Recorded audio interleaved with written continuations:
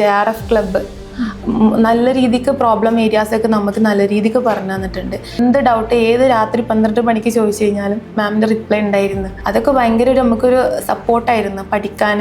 നമ്മൾ 100% ഇടുന്ന സമയത്ത് ഐഫർ 110 നമുക്ക് തരുന്നുണ്ട് എന്നുള്ളതാണ് ലീഡർ ബോർഡ്.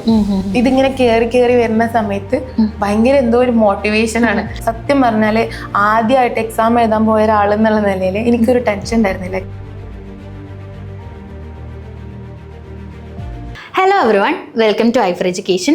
UGC നെറ്റ് റിസൾട്ട്സിൽ കേരളത്തിൽ നമ്പർ 1 ആയിട്ടുള്ള ഐഫർ എഡ്യൂക്കേഷൻ്റെ വിന്നേഴ്സിനെ പരിചയപ്പെടുന്ന പ്രോഗ്രാമിലേക്ക് നിങ്ങളെല്ലാവരെയും വെൽക്കം ചെയ്യാണ്. ഇന്ന് എൻ്റെ കൂടെയുള്ളത് സജ്നയാണ്. ആൾ ഫസ്റ്റ് അറ്റംപ്റ്റിൽ മാനേജ്മെൻറ്റിൽ ഐഫറിൻ്റെ കൂടെ നെറ്റ് ക്വാളിഫൈ ചെയ്തിട്ടുണ്ട്. സോ സജ്നയുടെ പ്രിപ്പറേഷൻ എങ്ങനെയായിരുന്നു പേപ്പർ 1 പേപ്പർ 2 പഠിച്ചെന്നുള്ള കാര്യങ്ങളൊക്കെ ആയിരിക്കും നമ്മൾ ഇപ്പോൾ ഡിസ്കസ് ചെയ്യാൻ വേണ്ടിയിട്ട് പോകുന്നത്. സോ സജ്ന ഒന്ന് സെൽഫ് ഇൻട്രൊഡ്യൂസ് ചെയ്തിട്ട് സ്റ്റാർട്ട് ചെയ്യാം. ഹായ്, എൻ്റെ പേര് ഫാത്തിമ സജ്ന. ഞാൻ ഇപ്പം ഐഫറിലെ മാനേജ്മെൻറ്റിൽ നെറ്റ് ക്വാളിഫൈഡ് ആയി. എൻ്റെ ഫസ്റ്റ് അറ്റംപ്റ്റ് ആയിരുന്നു. ഞാൻ എൻ്റെ സ്റ്റഡീസ് +2 ഒക്കെ ചെയ്തിട്ടുള്ളത് MI ഗേൾസ് പുതുപൊന്നാനി മലപ്പുറം ഡിസ്ട്രിക്റ്റിലാണ്. അതിനുശേഷം ഡിഗ്രി MES പൊന്നാനി കോളേജിലായിരുന്നു. അവിടുന്ന് ഒരു കഴിഞ്ഞു ആ ഒരു ടൈമിലായിരുന്നു മാരേജും കാര്യങ്ങളൊക്കെ. പിന്നീട് സ്റ്റഡീസ് ഡിഗ്രി കംപ്ലീറ്റ് ചെയ്തു, പ്രഗ്നൻ്റ് ആയി, ഒരു ബേബി ഉണ്ട്. പിന്നെ സ്റ്റഡീസ് ബ്രേക്കായി പോയി. ആ സമയത്താണ് ഞാൻ ഇഗ്നോയിൽ ഡിസ്റ്റൻ്റായിട്ട് PG എടുക്കുന്നത്. MBA ആണ് എടുത്തിരുന്നത്. അങ്ങനെ PG കഴിയാനായ സമയത്താണ് ഐഫറിനെ പറ്റിയിട്ട് കേൾക്കുന്നത്. എൻ്റെ ആദ്യം ആഡ് വഴിയൊക്കെ കണ്ടിരുന്നു. പിന്നീട് ഫ്രണ്ട്സ് ഇവിടെ തന്നെയുള്ള ഒരു മെൻറ്റർ ആള് പാസ്സായി. അതിനുശേഷം പിന്നീട് വേറൊരു ഫ്രണ്ടും ഇതേപോലെ പാസ്സായി. അത് കണ്ട് ഞാനും എനിക്കും ഇത് അച്ചീവ് ചെയ്യാൻ പറ്റും എന്നുള്ള എനിക്ക് കോമ്പറ്റീറ്റീവ് എക്സാംസ് പേടിയായിരുന്നു. ഞാനും ചെയ്ത് നോക്കാമെന്ന് കരുതിയിട്ട് അങ്ങനെ ഫസ്റ്റായിട്ട് നെറ്റ് എന്നുള്ള ആ ഒരു കോൺസെപ്റ്റിൽ വന്ന് ഐഫറിൽ ജോയിൻ ചെയ്ത് നെറ്റ് അടിച്ച്. യെസ്, അപ്പോൾ ഒരു കോമ്പറ്റേറ്റീവ് എക്സാമിന് പേടിയുള്ള ഒരാൾ ഫസ്റ്റ് അറ്റംപ്റ്റിൽ തന്നെ നെറ്റ് ക്വാളിഫൈ ചെയ്യുക എന്നുള്ളത് ചെറിയ കാര്യമല്ല അല്ലേ? അപ്പോൾ ഇപ്പോൾ പറഞ്ഞതിൽ ഒരുപാട് പോയിന്റ്സ് ഉണ്ട്. ഒന്ന്, ഡിസ്റ്റൻ്റ് ആയിട്ടാണ് PG ചെയ്തിട്ടുണ്ടായിരുന്നത്. രണ്ടാമത്തേത് ഒരു മദറാണ്. അപ്പം എല്ലാവരും പറയുന്നത് ഈ മദർ എന്നുള്ളൊരു റെസ്പോൺസിബിലിറ്റീൻ്റെ ഇടയിൽ നമുക്ക് ചിലപ്പം പഠിക്കാതിരിക്കാതെ ഉള്ള എക്സ്ക്യൂസ് ആയിട്ട് പലരും പറയാറുണ്ട്. പഠിക്കാൻ പറ്റില്ല, കുട്ടീനെ നോക്കണം, അങ്ങനെയൊക്കെ. അപ്പം എങ്ങനെയാണ് ഇതൊക്കെ മാനേജ് ചെയ്തിട്ട് ഈ ഒരു ഫസ്റ്റ് അറ്റംപ്റ്റിൽ കിട്ടിയെന്നാണ് സജ്നയുടെ ഒരു ഫസ്റ്റ് ഇംപ്രഷൻ? മാഷാഅല്ലാ, ആ ഒരു കാര്യത്തിൽ എൻ്റെ മോന് കുറേയൊക്കെ സപ്പോർട്ടീവാണ്. ആള് ഞാൻ ഡിസ്റ്റൻ്റ് ആയിട്ട് തന്നെ PG ചെയ്ത മുതലേ ആൾ യൂസ്ഡ് ആയിട്ടുണ്ട്. ഞാൻ പേനയും ബുക്കും എടുത്തിരിക്കുന്ന കണ്ടാൽ തന്നെ അവനും എൻ്റെ ഒപ്പം വരും. ഒരു A4 ഷീറ്റും പെന്നും എടുത്തിട്ട് നമുക്ക് പഠിക്കാമെന്ന് അവൻ എന്നോട് ചോദിക്കല്. അങ്ങനെ ഞാൻ പിന്നെ കൂടുതൽ അവനക്കും കുറച്ചൊക്കെ ടൈം കൊടുക്കും. പിന്നെ ഞങ്ങൾ രണ്ടാളും ഒരുമിച്ചിരുന്നിട്ട് ചെയ്യുന്ന രീതിക്കായി. അവനക്കൊരു പെന്നും ബുക്കും കൊടുത്തു കഴിഞ്ഞാൽ അവനും ഹാപ്പി, എനിക്ക് പഠിക്കാൻ പറ്റുമ്പോൾ ഞാനും ഹാപ്പി. പിന്നെ രാത്രിയൊക്കെയാണ് കുറച്ച് ബുദ്ധിമുട്ടാണ്.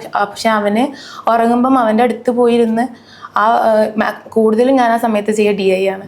DI അതേപോലെ തന്നെ മാത്തമാറ്റിക്കൽ റീസണിങ്, മാത്സ് എന്ന് പറയുന്നത് എൻ്റെ ഒരു എനിമിയാന്ന് വേണമെങ്കിൽ പറയാം. പക്ഷെ ഇപ്പം ഞാൻ ആൻസർക്ക് വന്നപ്പോൾ പോലും ഞാൻ നെറ്റിയ ഒരു കാര്യം എന്ന് പറഞ്ഞാൽ മാത്തമാറ്റിക്കൽ റീസണിങ് ഒക്കെ ഞാൻ ക്ലിയർ ചെയ്തിട്ടുണ്ട്. അടിപൊളി. അതെങ്ങനെയായിരുന്നു അപ്പോൾ ആ ഒരു പ്രിപ്പറേഷൻ? എനിക്ക് തോന്നുന്നു പലർക്കും ഈ ഒരു കോമ്പറ്റേറ്റീവ് എക്സാമിൽ ഏറ്റവും ഒരു വില്ലനായിട്ടുള്ള സംഗതി ഈ മാത്സ് ഡാറ്റ ആയിരിക്കും. ഒരു പരിധിവരെ ലോജിക്കൽ റീസണിങ്, അതൊന്നുമില്ലെങ്കിൽ കേട്ട് കഴിഞ്ഞാൽ നമുക്ക് മനസ്സിലാവുന്നതാണ്. അപ്പോൾ ഈ മാത്സും ഡേറ്റും ഒക്കെ പലരും വിചാരിക്കുന്നത് ഇതിനെ കൊണ്ട് ഒരിക്കലും പറ്റില്ല എന്ന് വിചാരിക്കുന്ന ആളുകളൊക്കെ ഉണ്ടാവും. അപ്പോൾ എങ്ങനെയാണ് ഇത് റെഗുലർ പ്രാക്ടീസിലൂടെ ആണോ, എങ്ങനെയാണ് ഇത് നേടാൻ പറ്റിയത്? ആര്യമാൻ പറഞ്ഞ മാതിരി മാത്സ് എന്ന് പറയുന്നത് എനിക്ക് ഭയങ്കര ഒരു എന്താ പറയുക, എന്നെ കൊണ്ട് പറ്റൂല എന്നുള്ള ഒരു ഇതിലായിരുന്നു. പിന്നെ എപ്പോഴും ഈ അനിസാർ ജനറലൈസേഷൻസ് ഒക്കെ വെക്കുന്ന സമയത്ത് ഞാൻ അതിൽ ചാറ്റ് ബോക്സിലിടും മാത്സ് തീരെ പറ്റണില്ല. അപ്പോൾ സാർ പറയും പറ്റണില്ല എന്ന് പറയാതെ അത് ചെയ്തുകൊണ്ടേ ഇരിക്കണം എന്നുള്ളതാണെന്ന്. അതേപോലെ ചെയ്ത പ്രോബ്ലംസ് ആയാൽ പിന്നെ വീണ്ടും PYQs എന്ന് കാണുന്നത് വീണ്ടും ചെയ്തിട്ട് കൂടുതലും മാത്സിന് DIക്കൊക്കെ ആദ്യം തന്നെ ഫോക്കസ് കൊടുത്ത് വന്നപ്പോഴേക്കും ലാസ്റ്റ് ആയപ്പോഴേക്കും എനിക്കത് ഭയങ്കര ഒരു ഫ്രീ ആയി ചെയ്യാൻ. കുറച്ചെങ്കിലും ബുദ്ധിമുട്ടുണ്ടെങ്കിൽ പോലും ഫൈനൽ ആൻസറിലോട്ട് ഞാൻ എത്താറുണ്ട്.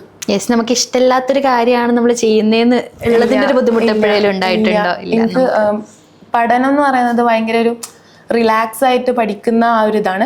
അവസാനം ഒരുപാട് ആക്ടിവിറ്റീസും കാര്യങ്ങളൊക്കെ വന്ന് ഹെക്ടിക് ആകുമ്പോൾ പോലും എന്താ പറയുക, കുറേയൊക്കെ എവിടെയൊക്കെയോ കവറായി തീർന്നിട്ടുണ്ട് എന്നുള്ള സമാധാനം ഉണ്ടായിരുന്നു. യെസ്. അപ്പോൾ പേപ്പർ 2ൻ്റെ ഒരു പ്രിപ്പറേഷൻ എങ്ങനെയായിരുന്നു? നമ്മളിപ്പോൾ മാനേജ്മെന്റ് പോലുള്ള ഒരു സബ്ജക്റ്റിൽ അത്യാവശ്യം ഡീപ്പായിട്ട് നമുക്ക് കാര്യങ്ങൾ കവർ ചെയ്യുന്നുണ്ടല്ലോ. അപ്പം എങ്ങനെയായിരുന്നു അതിൻ്റെ ഒരു പ്രിപ്പറേഷൻ എന്ന് പറയുന്നത്? പേപ്പർ 2-ലെ തിയറി പാർട്സ് എന്ന് പറയുന്നത് പൊതുവേ എനിക്ക് ഇഷ്ടമുള്ളതാണ്. HR, അതേപോലെ തന്നെ സ്ട്രാറ്റജിക് മാനേജ്മെൻറ്റ്, ഓൺടർപ്രണർഷിപ്പ് ഒക്കെ എനിക്ക് ഓൾറെഡി ഇഷ്ടമുള്ള സബ്ജക്റ്റുകളാണ്. എന്നിരുന്നാലും ഒറ്റയ്ക്ക് ഇരുന്ന് പഠിക്കുന്ന സമയമാകുമ്പം നമുക്ക് എല്ലാം കൂടെ മറ്റേ എക്സാമിനൊക്കെ പോകുമ്പം ഓരോരോ സബ്ജക്റ്റ് പഠിച്ചിരുന്ന സമയത്ത് ഇത് ഒറ്റയടിക്ക് എല്ലാം ഇരുന്ന് പഠിച്ച് ഉണ്ടാക്കണം. അപ്പം അതേപോലെ തന്നെ ഇപ്പോൾ പ്രോബ്ലം പേപ്പർ ആണെങ്കിൽ FM, സ്റ്റാറ്റിസ്റ്റിക്സ് ഒക്കെ ഭയങ്കര ഒരു എന്താ പറയുക ടഫ് ഏരിയാസ്. അതിൽ CM മാം, മെൻറ്റർ, JRF ക്ലബ്ബ് നല്ല രീതിക്ക് പ്രോബ്ലം ഏരിയാസൊക്കെ നമുക്ക് നല്ല രീതിക്ക് പറഞ്ഞു തന്നിട്ടുണ്ട്. ഇനിയിപ്പം എനിക്ക് FM-ൽ എന്ത് ഡൗട്ട് ഏത് രാത്രി 12 മണിക്ക് ചോദിച്ചു കഴിഞ്ഞാലും മാമിൻ്റെ റിപ്ലൈ ഉണ്ടായിരുന്നു ആ ഒരു സമയത്ത്. അതൊക്കെ ഭയങ്കര നമുക്കൊരു സപ്പോർട്ടായിരുന്നു പഠിക്കാൻ. പിന്നെ ഇപ്പോൾ പേപ്പർ 1-ലെ റിസർച്ച് ആപ്റ്റിറ്റ്യൂഡിലെ ഭാഗത്തേക്കൊക്കെ പോവുകയാണെങ്കിലും വർഷ മാമിൻ്റെ ക്ലാസ്സുകളൊക്കെ നന്നായിട്ട് കേട്ടിരുന്നു. യെസ്. പിന്നെ ഈ പറഞ്ഞതുപോലെ നമുക്ക് ഏറ്റവും ഇമ്പോർട്ടൻ്റ് ആയിട്ടുള്ള ഒരു സംഗതിയാണ് പ്രീവിയസ് ഇയർ ക്വസ്റ്റ്യൻസ് എന്ന് പറയുന്നത്. നമ്മളത് പ്രാക്ടീസ് തന്നെ ചെയ്യണം. അപ്പം അത് നമുക്കറിയാം. ഇപ്പോൾ ഐഫറിലാണെങ്കിൽ ഇഷ്ടംപോലെ PYQs ഉണ്ട്. ഇപ്പോൾ പേപ്പറിനാണെങ്കിൽ നമുക്ക് ഒറ്റ ടേമിൽ തന്നെ 11 സെറ്റ് ക്വസ്റ്റ്യൻസ് ഒക്കെ കിട്ടും. 10 കൂടുതലൊക്കെ സെറ്റ് ക്വസ്റ്റ്യൻസ് ഒക്കെ ഉണ്ടാകും. അതൊക്കെ നമ്മൾ ആപ്പിൽ അവൈലബിൾ ആണ്. അപ്പം എങ്ങനെയായിരുന്നു ഈ ഒരു PYQൻ്റെ പ്രാക്ടീസ് എന്ന് പറയുന്നത്? PYQs ഞാൻ മെയിനായിട്ട് നോക്കിയിരുന്നത് ഫസ്റ്റ് ഒരു സെറ്റ് ഉണ്ടല്ലോ, അതിൽ പ്രീവിയസ് ഇയർ ക്വസ്റ്റ്യൻസ് എന്ന് പറഞ്ഞിട്ട് കാറ്റഗറൈസ്ഡ് അല്ലാതെ അത് ഞാൻ ഇങ്ങനെ ഓരോ ലൈനിൽ ഇപ്പം ഒരു ദിവസമാണെങ്കിൽ 5 എണ്ണം അതൊരു ടാർഗറ്റ് ആയിരുന്നു. അത് കംപ്ലീറ്റ് ചെയ്യാതെ ഉറങ്ങൂല. അതായത് 5 സെറ്റ് ചെയ്യും. 5 സെറ്റ് എന്ന് പറഞ്ഞാൽ ഇപ്പം ഒരു സെറ്റ് അങ്ങനെയല്ല, ഒരു സെറ്റില് 5 എണ്ണം വെച്ചിട്ട്. അപ്പം അത് ചെയ്യാതെ ഉറങ്ങില്ല എന്നുള്ള കാരണം അത് കംപ്ലീറ്റ് ആയിട്ട് എനിക്ക് കിട്ടിയിരുന്നില്ല. ഞാൻ അത് ചെയ്ത ശേഷം അതിന്റെ അനാലിസിസിൽ പോയിട്ടായിരുന്നു പിന്നീടുള്ള കളികൾ മൊത്തം. അതിന്റെ ഓപ്ഷൻസിലായാലും ഇപ്പം DI ആണെങ്കിൽ ആൻസർ കിട്ടൂല, ആദ്യത്തെ അറ്റംപ്റ്റിലൊന്നും കിട്ടൂല. ചെയ്ത് അത് കിട്ടുന്ന വരെ ഞാനത് ചെയ്തിരുന്നു. അങ്ങനെ അത് കിട്ടാതെ ആകുമ്പോൾ നമുക്കൊരു എന്താ പറയാ ദേഷ്യമൊക്കെ വരും. പക്ഷെ പിന്നീട് ആ ആൻസറിലോട്ട് എത്തുമ്പം ഇത് ഇങ്ങനെയാണെന്നുള്ള ബൾബ് എത്തുമ്പോൾ പിന്നീട് അതേ സെയിം ക്വസ്റ്റ്യൻ വരുന്ന സമയത്ത് വേഗം കിട്ടിയിരുന്ന ആൻസർ. അങ്ങനെ മൾട്ടിപ്പിൾ ടൈംസ് സെയിം ക്വസ്റ്റ്യൻസ് അങ്ങനെ പ്രാക്ടീസ് ചെയ്തിട്ടുണ്ടായിരുന്നു അല്ലേ? യെസ്. പിന്നെ എന്തൊക്കെ ഫീച്ചേഴ്സ് ആണ് ഇപ്പം ഐഫറിൽ വന്നതുകൊണ്ട് ഇപ്പോൾ ഫസ്റ്റ് അറ്റംപ്റ്റിൽ ക്വാളിഫൈ ചെയ്തു, ഒബ്വിയസ്ലി സജ്നയുടെ എഫേർട്ട് അവിടെ ഉണ്ട്. അതല്ലാതെ ഐഫറിൽ കിട്ടിയിട്ടുള്ള ഏറ്റവും ബെനിഫിഷ്യൽ ആയിട്ട് തോന്നിയ വേറെ ഏത് ഫീച്ചറാണുള്ളത്? ഒരു പോയിന്റ് എന്ന് പറയുന്നത് ഐഫർ എന്ന് പറയുന്നത് നമ്മൾ 100% ഇടുന്ന സമയത്ത് ഐഫർ 110 നമുക്ക് തരുന്നുണ്ട് എന്നുള്ളതാണ്. അപ്പം നമുക്ക് ഇങ്ങോട്ടൊരു സപ്പോർട്ട് വരുമ്പോൾ നമ്മൾ എങ്ങനെ അങ്ങോട്ട് കൊടുക്കാതിരിക്കുക, നമ്മൾ അങ്ങോട്ട് കൊടുത്തിരിക്കും. അതവിടെ ഒരു മസ്റ്റാണ്. അപ്പം ഈ PYQs ആയാലും അതേപോലെ റീൽസ് ആയാലും അതേപോലെ ഒരുപാട് റെക്കോർഡിങ്സ് ആയാലും ഇതൊക്കെ നമുക്ക് കണ്ടു തീരില്ല. എന്നാലും നമ്മൾ കാണുന്നത് വീണ്ടും റിവൈസ് പോലെ കണ്ട് നമുക്കത് ഒരുപാട് ഹെൽപ്ഫുൾ ആയിട്ടുണ്ട്. ഇപ്പം റീൽസ് ഒക്കെ ആണെങ്കിൽ ഫുൾ റീൽ ഞാൻ കണ്ടിട്ടുണ്ട്. അതൊരു സെറ്റ് ഉണ്ടായിരുന്നല്ലോ PYQ പേപ്പർ 1-ന്റെ ഏരിയയിൽ, അത് ഫുള്ള് കംപ്ലീറ്റ് ചെയ്തിട്ടുണ്ട്. 2-3 തവണ ഞാൻ കംപ്ലീറ്റ് ചെയ്തിട്ടുണ്ട്. കാരണം അതിലുള്ള ഓരോ കുഞ്ഞ് ഇൻഫർമേഷൻസ് ആണെങ്കിൽ അത് മൈൻഡിൽ അവിടെ സെറ്റായി കിടക്കും. റീൽ കാണുമ്പോൾ അങ്ങനെ ഒരു ഹെൽപ്പ് ഉണ്ട്. പിന്നെന്ന് പറയുന്നത് മെയിനായിട്ട് ഞാൻ നോട്ട്സ് കാര്യങ്ങൾ ആദ്യമൊക്കെ പ്രിപ്പയർ ചെയ്തിരുന്നു. പിന്നീട് ഇങ്ങനെ സെഷൻസ് വരുമ്പം അനിസറും ടൈം വേസ്റ്റ്, കുറേ ടൈം വേസ്റ്റ് ആണെന്ന് പറയും. അതിനുശേഷം ഞാൻ അങ്ങനെ നോട്ട്സ് ഒന്നും പ്രിപ്പയർ ചെയ്തിട്ടില്ല. എക്സാമിന് പോകുമ്പോൾ പോലും ഫോണുണ്ടായിരുന്നു കയ്യിൽ, ആപ്പ്. ആ ആപ്പാണ് ഫുള്ളായിട്ട് ഞാൻ പഠിച്ചിട്ടുണ്ടാവുക. അതിൽ മാത്രമായിരിക്കും മൾട്ടിപ്പിൾ ടൈംസ് വായിച്ചു നോക്കോ, അങ്ങനെയാണ് ചെയ്യാറുള്ളത്. റെക്കോർഡിങ്സ് ആണ്, റെക്കോർഡിങ്സ് വീഡിയോസ് 2x കേൾക്കും. അതേപോലെ അതിന്റെ താഴെയുള്ള PDF ഉണ്ടാവല്ലോ, അതിങ്ങനെ ജസ്റ്റ് ഇങ്ങനെ ഓടിച്ചു വിടും. അങ്ങനെയൊക്കെ റിവിഷൻ വളരെ ഇമ്പോർട്ടൻ്റ് ആണ് ഈ ഒരു പ്രിപ്പറേഷനിൽ. കാരണം നാഷണൽ ലെവലിലുള്ള എക്സാം ആണ്, അത്യാവശ്യം നല്ല കോമ്പറ്റീഷൻ ഉണ്ട്. അപ്പോൾ റിവിഷൻ വളരെ ഇമ്പോർട്ടൻ്റ് ആണെന്നുള്ളൊരു കാര്യം നമുക്ക് എല്ലാവർക്കും അറിയാം. അപ്പം അതിൻ്റെ ഒരു പ്രോസസ്സ് എങ്ങനെയായിരുന്നു? പലരും പറയാറുണ്ട് PYQs ഒരു ടൈപ്പ് ഓഫ് റിവിഷനാണ്, അതുപോലെ ക്ലാസ്സുകൾ കാണുക എന്നുള്ളതൊരു ടൈപ്പ് ഓഫ് റിവിഷനാണ്. ഇപ്പോൾ ക്ലാസ്സസ് ആണെങ്കിലും എത്രത്തോളം അത് റിപ്പീറ്റ് ചെയ്ത് കാണാനുള്ളൊരു സമയം കിട്ടിയിട്ടുണ്ടായിരുന്നു? അത് അങ്ങനെ ചോദിച്ചിട്ടുണ്ടെങ്കിൽ നമ്മുടെ ഓരോരുത്തരും ഇതനുസരിച്ചിട്ടാണ് അതിരിക്കുന്നത്. ഇപ്പം ഞാനൊക്കെ എന്ന് പറഞ്ഞിട്ടുണ്ടെങ്കിൽ ഇപ്പം മാർക്കറ്റിംഗ് ഏരിയ എടുക്കുകയാണെങ്കിൽ, പേപ്പർ 2-ലെ മാർക്കറ്റിംഗ് ഏരിയ എടുക്കുകയാണെങ്കിൽ ഞാൻ എന്താ ചെയ്യുക വെച്ചാൽ ആദ്യം ആ ഒരു സെറ്റ് ഫുള്ള് ഒരു തവണ കാണും. അതിനുശേഷം OBയിലോട്ട് പോകും. മാർക്കറ്റിംഗ് കണ്ട് അപ്പം തന്നെ വീണ്ടും അത് റിവൈസ് ചെയ്യില്ല, കാരണം എനിക്കത് ബോറാണ്. അപ്പം ഞാൻ OBയിലോ പോയിട്ട് OBന്റെ ഫുൾ വീഡിയോസ് കാണും.